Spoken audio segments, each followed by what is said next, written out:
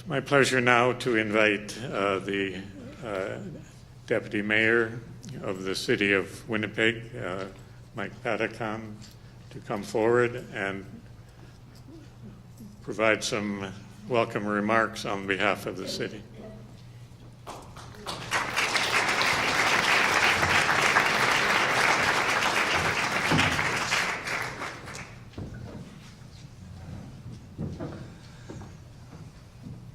Thank you very much. Good afternoon to you one and all, elders, Honorable Carolyn Bennett, honored and distinguished guests, co-chairs Castellano and Weens, and everybody else here today. Bonjour, Tansi, Anin,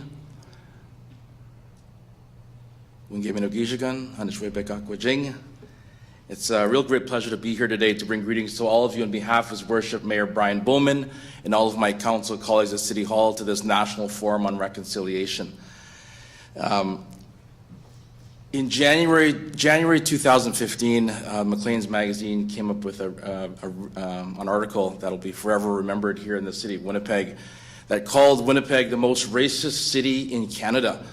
And the moment that article came out, various leaders, councillors, mayor, and various elected officials gathered at City Hall, standing shoulder to shoulder, feeling kind of upset and saying that we want to do something about this, to actually embrace that message and do something about this. Myself, when I first heard of it, I thought, wow, I was pretty upset. I've been living in Winnipeg and living in Canada for 43 years, came here from the Philippines and had many multicultural friends, a lot of friends who were Aboriginal and Métis, and I felt really upset when I saw that article. But at the same time, I knew that there was an element of reality in that, and it was time that we had faced it. Within my own culture even, there's sort of a derogatory term for Indigenous people. It means bow and arrow, and it was something that I learned passed on from members of our community when I was little. I don't think members of our community meant it in a derogatory fashion, but as time went on, it really did become derogatory.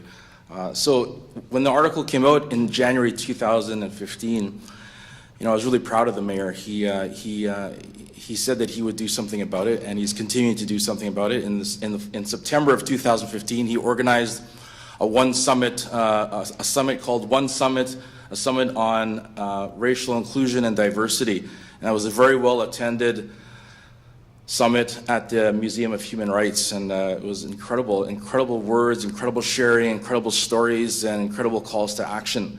I'm really proud of that.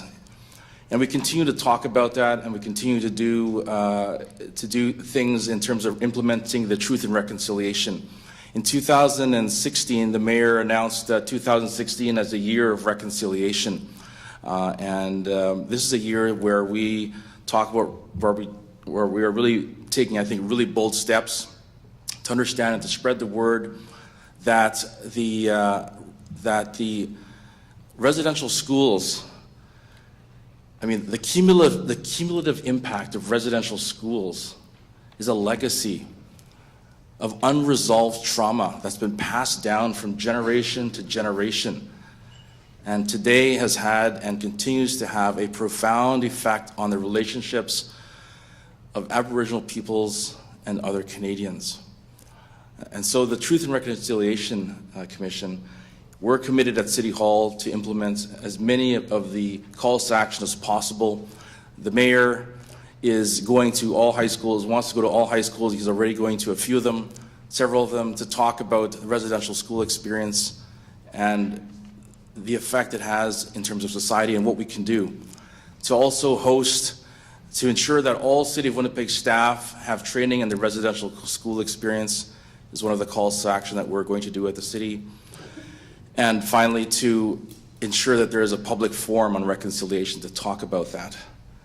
So, I was looking at the agenda over the next couple of days, really pleased to see the work that's being done, the papers that are being written. To all the presenters, I congratulate you for coming to Winnipeg and for presenting.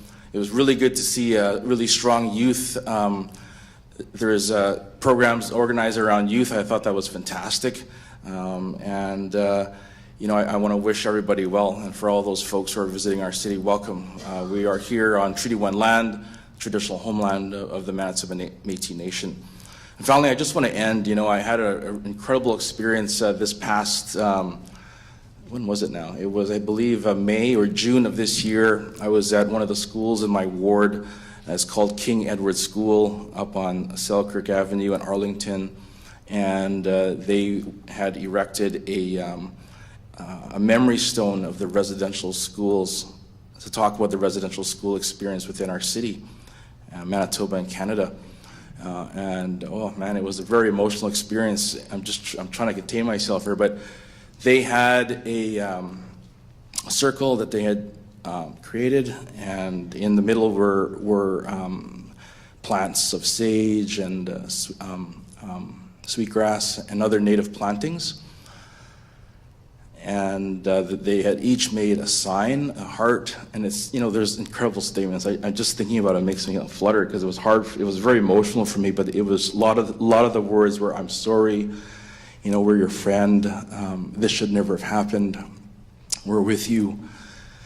It was such a powerful day to see kids talking about that and gathered and just facing it. It was incredible. So I'll just end there and say, this is fantastic that we're continuing to talk about this. We're really committed at the city to implement the Truth and Reconciliation calls to action for municipalities, and we'll continue to do so and work with you hand in hand and shoulder to shoulder. I wish you well in this conference, and I hope it's a very fruitful experience, and I hope that, as the minister said, that this will move you to, what was it, disruption? Move you to positive disruption within our society, because it's so important. And it's 20 years of the Royal Commission on Aboriginal Peoples. It's really high time that we get things done. I'm certainly going to do my part in terms of working within my own culture, my own community, to ensure that people understand the full historical context of Aboriginal peoples and where they are. And I'm actually really proud of a lot of my Indigenous friends in terms of where they've come and what they're doing for our city. So have a great conference. Thank you so much. Miigwech. Merci beaucoup.